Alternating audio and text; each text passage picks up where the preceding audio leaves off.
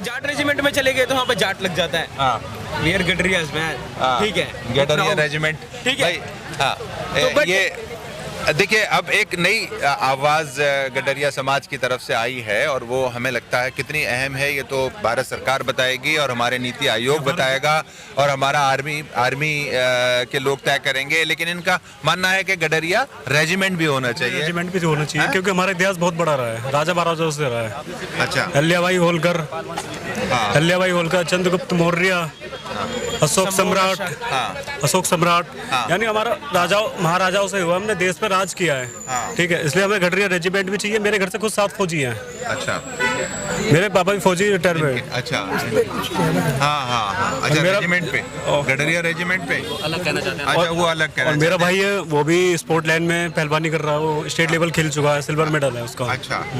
तो मतलब अब इस समाज में एक नई जो है वो जागृति और ऊर्जा पैदा हुई है, वो ये है कि अब हमारी रेजिमेंट भी होनी चाहिए। जैसे गुजर रेजिमेंट बनाई जा रही है, जाट रेजिमेंट है, राजपूताना है, ऐसे ही जो है वो गडरिया रेजिमेंट भी होनी चाहिए। अब ये समाज अपनी रेजिमेंट आर्मी के अंदर डिमांड करने लगा है। ये एक अजीब डिमांड है। आप कुछ कहना चाह रहे थे? क्या शुभ नाम है आपका? मेरा नाम चंद्रशेखर बघेल है और मैं राष्ट्रीय अध्यक्ष हूँ पाल बघेल समाज का। अच्छा।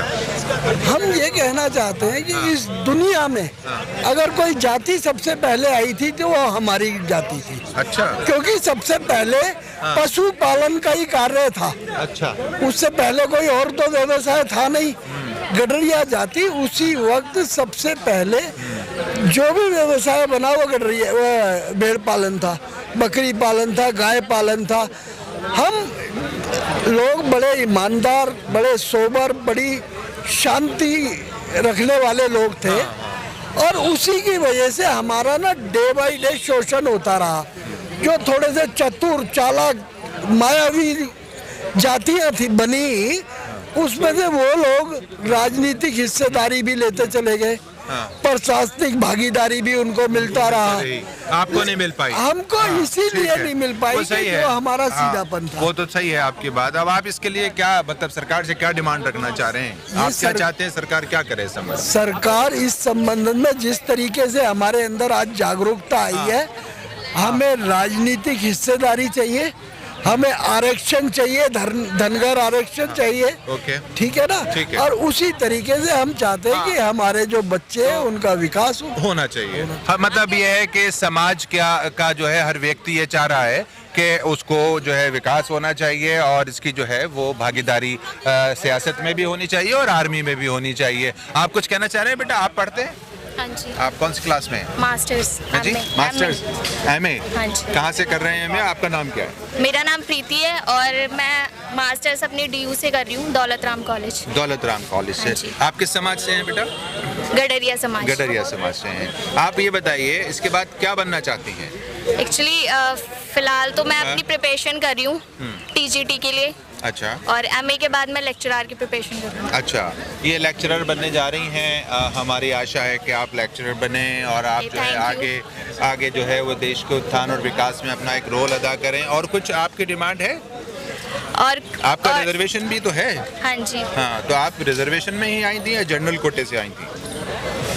मैं तो रिजर्वेशन से ही आई हूँ। रिजर्वेशन से आई थी। तो भारत के संविधान ने आपको जो रिजर्वेशन की सहूलत दी है, वो आपका मानना है कि वो संविधान बना रहना चाहिए? संविधान हाँ जी, वही संविधान हो या तरमीम उसमें कुछ चेंजेस? एक्चुअली जो गडरिया समाज को जो सोसाइटी में जो उनकी रिस्पेक्ट मिलनी चाहिए वो उन्हें मिलनी चाहिए एक्चुअली समाज में। ये कह रही हैं गडरिया समाज को इज्जत जो होनी चाहिए, जो समाज में इज्जत होनी चाहिए, जो बैकवर्डनेस बनी हुई है उससे मतलब खत्म होनी चाहिए। बच्चे का कहने का सेंस ये है। हाँ, ये गलत है। आप कुछ कहेंगे बेटा? आपका क्या नाम है? मेरा नाम अविष्का पाल है। हाँ, तो कहाँ पढ़ती हैं आप? मैं 12th क्लास में। 12th क्लास में है। अच्छा, आप ये बताइए, आप अपने समाज के लिए क्या करना चाहेंगे? अपने समाज के लिए कुछ ऐसा करेंगे जिससे उसका नाम और ज़्यादा बढ़े और हमारे समाज के लोग और ज़्यादा आगे बढ़े।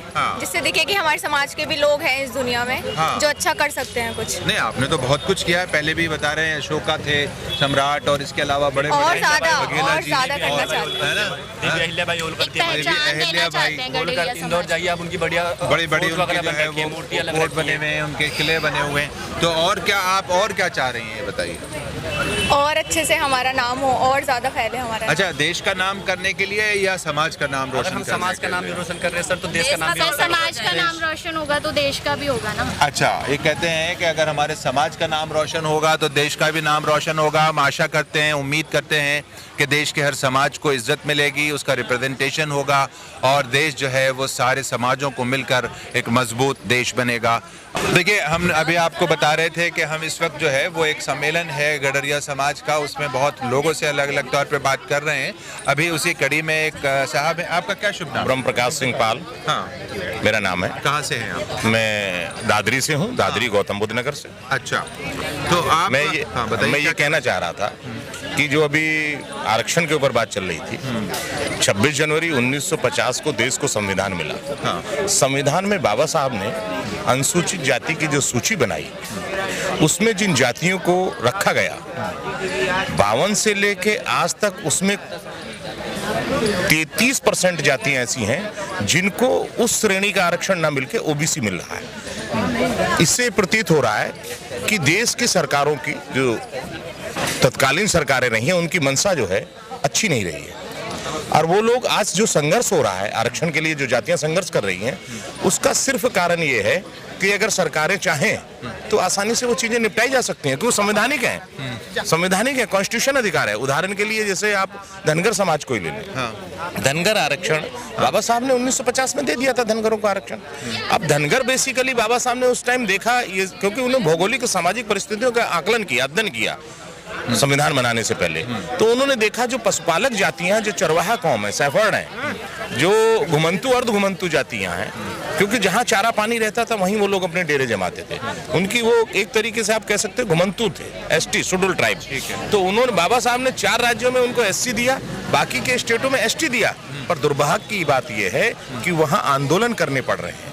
आंदोलन के बावजूद भी वो आरक्षण नहीं मिल रहा है, क्योंकि आरक्षण बनवाने अगर आदमी जाता है तो लेखपाल ये कहता है कि आप तो ओबीसी का आरक्षण आपको मिल रहा है, आप तो ओबीसी में है, क्योंकि जब अब कुछ ना कुछ तो आरक्षण उसको लेगा ही, किसी श्रेणी का तो प्रमाण पत्र वो लेगा। हाँ, ठीक है। तो आपका मानना क्या है कि आपका जो आरक्षण है वो एससी के अंडर होना चाहिए? नहीं, एससी के अंडर होना नहीं चाहिए, है वो मिलना चाहिए। तो फिर वो ओबीसी में क्यों मिलता है? ओबीसी में इसलिए मिलता है कि उस समय लोगों को जागृत नहीं किया गया ना सरकारों ने। अच्छा, तो कॉन्स्टिट्यूशनल अधिकार जो आपका है, संवैधानिक जो अधिकार है आपका, वो है एससी एसटी के तहत आपका रिजर्वेशन होना चाहिए, उसका सीधा सा। इसमें पर ये बताइए, इसमें जो है आपका नुकसान ओबीसी में कितना है अगर आप ओबीसी के माध्यम से अपना? अब ओबीसी की आप बात कर रहे हैं, ओबीसी की बात कर रहे हैं। ओबीसी में 1953 में काका कालेकर की रिपोर्ट बनी, काका कालेकर आयोग गठित हुआ। काका कालेकर साहब ने 1955 में महामहिम राष्ट्रपति जी को रिपोर्ट सौंप दी। उसके बाद उस रिपोर्ट को लागू नहीं किया गया। क्यों लागू नहीं किया गया? काका कालेकर तो ओबीसी नहीं थे, काका कालेकर तो ब्राह्मण समाज से थे, हाई कास्ट के आदमी थे।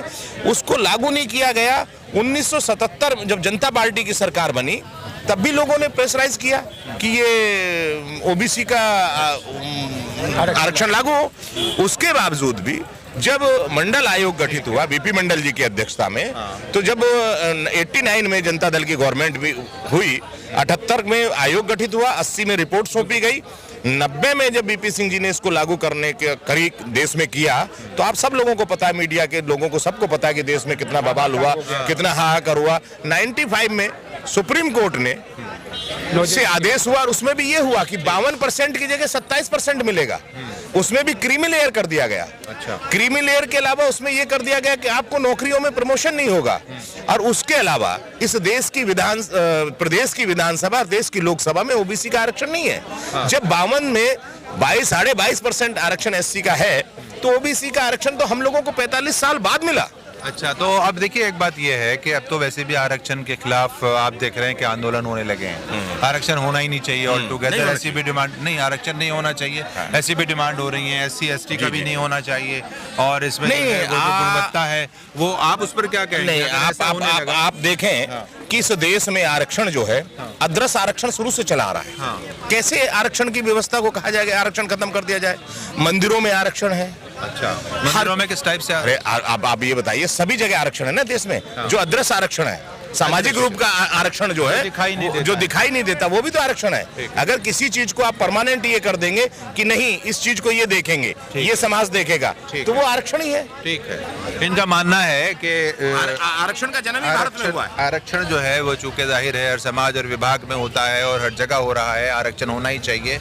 जो लोग आरक्षण के खिलाफ आवाज उठा रहे हैं वो ठीक नहीं है, देश के लिए नहीं है, देश के हित में नहीं है, संवैधानिक है, समाप्त हो। और इनका कहना यह है कि जो हमारा पाल समाज है यानी गडरिया समाज है, इस गडरिया समाज को पूरे अधिकार नहीं मिले हैं और ये कहते हैं कि ओबीसी के माध्यम से उनका रिजर्वेशन मिल रहा है जो उनके अधिकारों का हनन है। जबकि काका कालेलकर की रिपोर्ट के अनुसार इनका मानना है कि वो अधिकार वही मिलना चाहिए था जो SC STs को मिलता है। ऐसी अलग अलग तरह की डिमांड्स हैं। हम आपके साथ फिर हाजिर होंगे किसी एक नई वीडियो के साथ। तब तक आप देखते रहिए India fire news. Thank you.